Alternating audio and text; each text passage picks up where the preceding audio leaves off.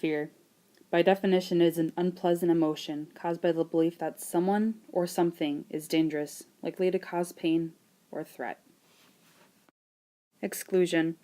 An emotion most people feel at some point in their life, feeling misplaced and ostracized from society. They're stealing our jobs. This is a perceived idea that immigrants are stealing jobs from home Native Americans. This phrase has become more popular in the past few years as immigrants are now being more prevalent in average American jobs. Some would say this phrase has also become popular in the 2016 election. But that wasn't the only popular phrase during this election. A candidate at the time, and our now president, Donald J. Trump, quoted, "We're going to build a wall, and we're going to make Mexico pay for it." So I bet you're wondering, what do all these things have in common? The answer surrounds a term that the average American or non-American might not know, and that is xenophobia, the intense fear of people from other countries. To get a better understanding behind the psychology of fear, I turned to Miss Sydney Hoberg. When asked the question, what drives a person to be xenophobic? She talks about how the Europeans were the first peoples to migrate to the Americas after the Native Americans. The Europeans feared people who were different than them, thus leading into several decades and years of being in fear of people who had migrated to America as a country now. For example, the Italians, the Jews, all had fear surrounding them when they first migrated here. The biggest part of this all was the fear of the unknown of who they were as a person, the unknown of their culture and their background, and the unknown of what they will bring to this country. When lost in the sea of the unknown, there comes uncertainty. When someone is uneducated about the world's problems, and certainly America's problems at the time, one will become uncertain about genders, races, and current events. But now is the time to get educated and to learn about the world's problems. The next question that comes is, do you think xenophobia is a manifestation of patriotism?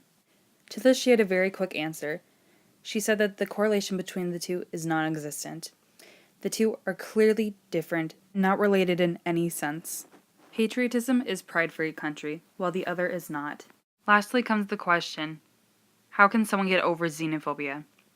The main answer to this is to get educated. To get educated on other ways of life and culture. To get educated on the religions and beliefs. To understand that all men and women are created equally, no matter their skin or their name, and should be treated equally. Because in the end, we're all people for people.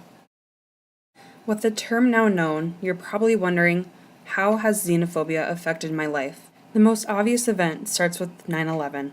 Mostly post 9/11, when everyone was in fear of Al-Qaeda and the Muslims. On the morning of September 11th, 2001, 19 Islamic extremists, part of the group Al-Qaeda, hijacked 4 airplanes and hit the Twin Towers.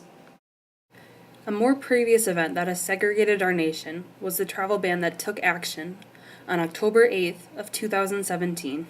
That night, after the Trump administration released the details on the restrictions, Donald Trump himself tweeted, "Making America safe is my #1 priority. We will not admit those into our country we cannot safely vet." What this ban did is it made travel restrictions on countries such as Chad, Iran, Libya, North Korea, Somalia, Syria, Venezuela, and Yemen. And lastly, to the most current event. The Department of Homeland Security announced recently that it is ending TPS for Salvadorians. What this stands for is Temporary Protected Status. This act allows Salvadorans to live in America while their country is going through a tremendous earthquake or war or anything of that sort. This also allows them to not get deported and to obtain a work permit while living in America. This act was only supposed to last 18 months, but now it has been over 17 years and the Salvadorans in America feel lost. There are hundreds of thousands of men and women who have lived here all their life and have to go back to a home that isn't even theirs. This has affected more lives than you would ever imagine. It's hard to pinpoint exactly what started xenophobia. It could have started when Christopher Columbus first arrived in the 15th century, or it could have arose after one of the most devastating terrorist attacks in the United States history. But the most important thing is to learn more and more each day about the world and who are all included in it. We can end xenophobia. It all starts with you.